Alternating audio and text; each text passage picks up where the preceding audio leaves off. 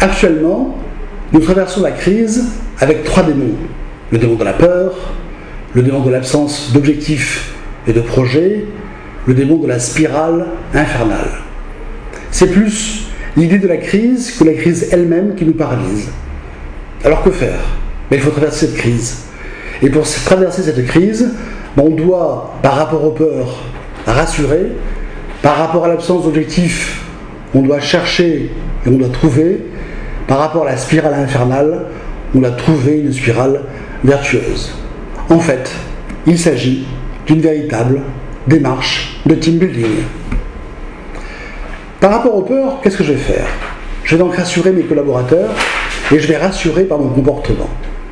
Rassurer mes collaborateurs en les aidant à faire le deuil de leur précédente situation. Je vais rassurer avec des arguments réels et concrets. Je vais rassurer sur des choses que je maîtrise. Je vais rassurer avec des objectifs réalistes et réalisables. Je vais rassurer en valorisant et en mobilisant certains éléments de l'équipe qui réussissent. Je vais rassurer en valorisant et en modélisant certaines décisions optimistes de la société. Investissement nouveau, recrutement, etc. Et je vais insister sur la dimension collective. Je reste avec vous. On est ensemble. Ensuite, je vais rassurer par mon comportement. Je positive tout en restant lucide. Je fais preuve d'audace tout en restant prudent. Je fais preuve d'innovation tout en m'appuyant sur les fondamentaux que nous pouvons bien sûr faire évoluer. Je vais mettre en avant les valeurs de l'entreprise que nous pouvons également faire évoluer. En fait, je demeure le pilote du navire.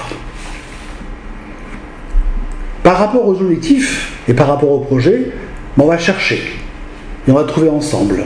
On va d'abord faire un état des lieux. Où en est-on aujourd'hui? On va insister sur les talents, sur les réussites. On va définir ensemble des objectifs idéaux. On va dire par exemple, s'il n'y a pas de peur, qu'est-ce qu'on ferait? S'il n'y a pas de blocage, on va rêver. Et cela va régénérer de l'envie, du désir. On va transformer en fait le rêve en réalité. On va arrêter les objectifs. On va définir une stratégie. On va aller dans l'action. On y va tous ensemble. On va donner la chance à des potentiels, à des nouveaux potentiels.